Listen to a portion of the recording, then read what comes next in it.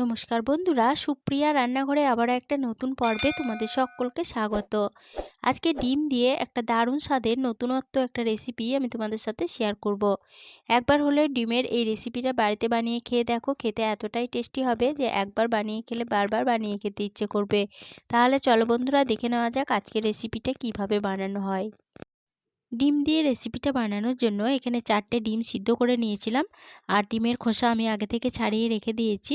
এখানে আমি আমার রান্নার প্রয়োজন অনুযায়ী 4টে ডিম রান্না করছি, তবে তোমরা তোমাদের রান্নার প্রয়োজন অনুযায়ী ডিমের পরিমাণটা বাড়িয়ে বা কমিয়ে নিতে পারো। এরপরে এদিকে নিয়েছি দুটো মিডিয়াম সাইজের পেঁয়াজ। পেঁয়াজের খোসাগুলো ছাড়িয়ে নিয়েছি, এরপরে পেঁয়াজগুলো কেটে নেব। তার জন্য এখানে আমি একটা ছুরির সাহায্যে পেঁয়াজগুলো কেটে নিচ্ছি। তবে আমি যেভাবে ছুরির সাহায্যে কাটছি তোমরা চাইলে সেইভাবে বটির সাহায্যে কেটে নিতে পারো। পেঁয়াজটাকে প্রথমে দুভাগ করে কেটে তারপরে এইভাবে লম্বা করে কেটে নিলাম। সমস্ত পেঁয়াজগুলো কেটে নেওয়া হয়ে গেছে, পেঁয়াজগুলো একটা সাইডে সরিয়ে রেখে দিলাম।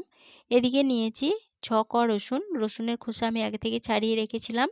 এবার রসুনগুলো একটু ছোট সাইজ করে কেটে নেব।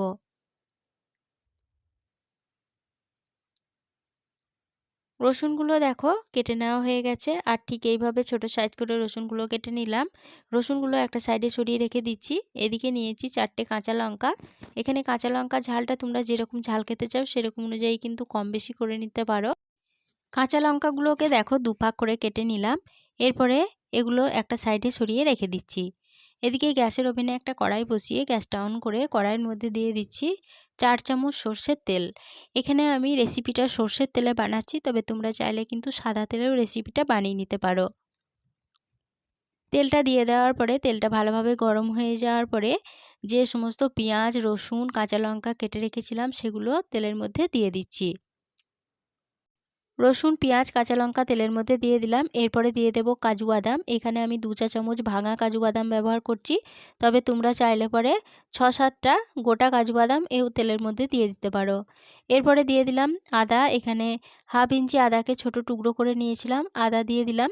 এরপরে সমস্ত উপকরণ গ্যাসের ফ্লেমটা মিডিয়ামে রেখে একটু সময় ধরে নেড়েচেড়ে ভেজে নেব। সমস্ত উপকরণ মিনিট 2-3 মতো নেড়েচেড়ে ভেজে নিলাম, এর বেশি আর এগুলো ভাজবো না। এরপরে এগুলো তেল থেকে তুলে নিচ্ছি। সমস্ত উপকরণ তেল থেকে তুলে নিলাম, এরপরে এগুলো একটা সাইডে সরিয়ে রেখে দিচ্ছি ঠান্ডা হওয়ার জন্য। এগুলো ঠান্ডা হতে থাক। যে তেলে আমি সমস্ত উপকরণগুলো ভেজে নিলাম সেই তেলের মধ্যেই আবারও দিয়ে দিচ্ছি 3 চামচ সর্ষের তেল। তেলটা ভালোভাবে গরম হয়ে যাওয়ার পরে তেলের মধ্যে দিয়ে দিচ্ছি একে একে সমস্ত ডিমগুলো। ডিমগুলো তেলের মধ্যে দিয়ে দিলাম। এরপরে দিয়ে দিচ্ছি সামান্য হলুদ গুঁড়ো। এরপরে গ্যাসের ফ্লেমটা মিডিয়ামে রেখে ডিমগুলোকে একটু সময় ধরে নেড়েচেড়ে ভেজে নেব। আর এই ডিমগুলো ভাজা হওয়ার ফাঁকে আমি মশলাটা রেডি করে নেব। তার জন্য এখানে একটা মিক্সিং জার নিয়েছি। মিক্সিং জারের মধ্যে দিয়ে দিচ্ছি একটা মিডিয়াম সাইজের টমেটো কুচি। এরপরে দিয়ে দেব কিছুটা ধনেপাতা। এখানে আমি ধনেপাতা ডাঁটি সমেত ধনেপাতা ব্যবহার করলাম। ধনেপাতাগুলো দিয়ে দিলাম। এরপরে দিয়ে দেব এর মধ্যে যে সমস্ত উপকরণগুলো ভেজে রেখেছিলাম সেই উপকরণগুলো। এগুলো কিন্তু ভালোভাবে ঠান্ডা হয়ে গেছে, আর ঠান্ডা হওয়ার পরে এগুলো মিক্সিং জারের মধ্যে দিয়ে বেটে নিতে হবে। এরপরে সামান্য জল দিয়ে দিলাম। মিক্সিং জারের ঢাকনা বন্ধ করে সমস্ত উপকরণ বেটে নিচ্ছি। সমস্ত উপকরণ বেটে নেওয়া হয়ে গেছে। বেটে নেওয়া মিশ্রণ একটা সাইডে সরিয়ে রেখে দিলাম।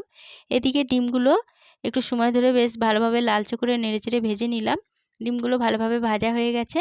এবার ডিমগুলো তেল থেকে তুলে নিচ্ছি।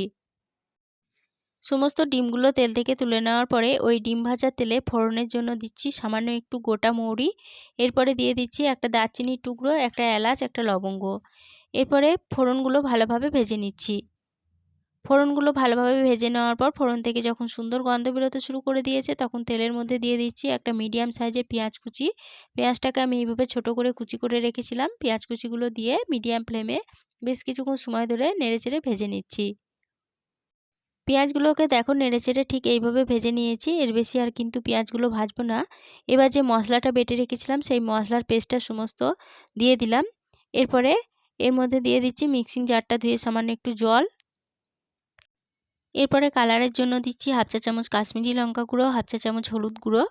এবার গ্যাসের ফ্লেমটা লো টু মিডিয়ামে রেখে সমস্ত মশলা ভালোভাবে নেড়েচেড়ে কষিয়ে নেব।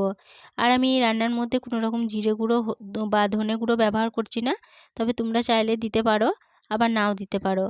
এবার গ্যাসের ফ্লেমটা লো টু মিডিয়ামে রেখে সমস্ত মশলা মিনিট 5 সময় ধরে নেড়েচেড়ে কষিয়ে নিলাম। মশলাটা দেখো খুব ভালোভাবে কষানো হয়ে গেছে। এরপরে এই মশলার মধ্যে ভেজে তুলে রাখা ডিমগুলো দিয়ে দিচ্ছি। মশলার মধ্যে একে একে ডিমগুলো দিয়ে দিলাম। এবার মশলার সাথে ডিমগুলোকে একটু নেড়েচেড়ে কষিয়ে নিচ্ছি। মশলার সাথে ডিমগুলোকে একটু নেড়ে কষিয়ে নিলাম। এরপরে দিয়ে দেব এখানে 1 কাপ পরিমাণ জল।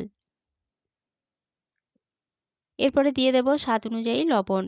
এই রেসিপিটা কিন্তু খুব ঝোল ভালো লাগে না, একটু টানটানি ভালো লাগে, তার জন্য আমি জলের পরিমাণটা 1 কাপ দিলাম। তবে তোমরা যদি একটু ঝোল বেশি রাখতে চাও তাহলে জলের পরিমাণটা বাড়িয়ে নিতে পারো। এবার জলের সাথে সমস্ত উপকরণ ভালোভাবে নেড়ে মিশিয়ে নিয়ে গ্যাসের ফ্লেমটা মিডিয়ামে রেখে এর মধ্যে একটা ঢাকা দিয়ে দিচ্ছি। ঢাকা দিয়ে ডিমটাকে বেশ কিছুক্ষণ সময় ধরে রান্না করে নেব। ঢাকা দিয়ে মিডিয়াম ফ্লেমে ডিমটাকে 4 মিনিট রান্না হতে দিয়েছিলাম। 4 মিনিট পর ফিরে এসে ঢাকা খুলে নিলাম। ঢাকাটা খুলে নেওয়ার পরে সমস্ত উপকরণ একবার ভালোভাবে নেড়েচেড়ে নিচ্ছি। সমস্ত উপকরণ ভালোভাবে নেড়েচেড়ে নেওয়ার পরে সামান্য ধনেপাতা কুচি দিয়ে দিচ্ছি। একটা কাঁচা লঙ্কাকে ফাটিয়ে দিয়ে দিচ্ছি। আর খুব সামান্য গরম মশলার গুঁড়ো দিয়ে দিচ্ছি। এবার এই সমস্ত উপকরণ আবারও ডিমের সাথে ভালোভাবে নেড়েচেড়ে মিশিয়ে নিচ্ছি। সমস্ত উপকরণ ভালোভাবে নেড়ে মিশিয়ে নেওয়া হয়ে গেছে। এরপরে গ্যাসের ফ্লেমটা বন্ধ করে দিয়ে একটা ঢাকা দিয়ে আরও 5 মিনিটের জন্য স্ট্যান্ডিং টাইমে রেখে দিচ্ছি। 5 মিনিট পর ফিরে এসে ঢাকা খুলে নিলাম। ডিমের কারি পরিবেশনের জন্য একদম রেডি হয়ে গেছে। আজকে রেসিপিটা প্রথম থেকে শেষ অবধি দেখার জন্য তোমাদেরকে অসংখ্য ধন্যবাদ। রেসিপিটা যদি ভালো লেগে থাকে প্লিজ লাইক, কমেন্ট ও সকলের সাথে শেয়ার করে দিতে ভুলো না। নতুন বন্ধু হয়ে থাকলে চ্যানেলটা সাবস্ক্রাইব করে পাশে থেকো। আজকে রেসিপি এই পর্যন্তই ছিল। ফিরে আসবো আবার নতুন কোনো রেসিপি নিয়ে।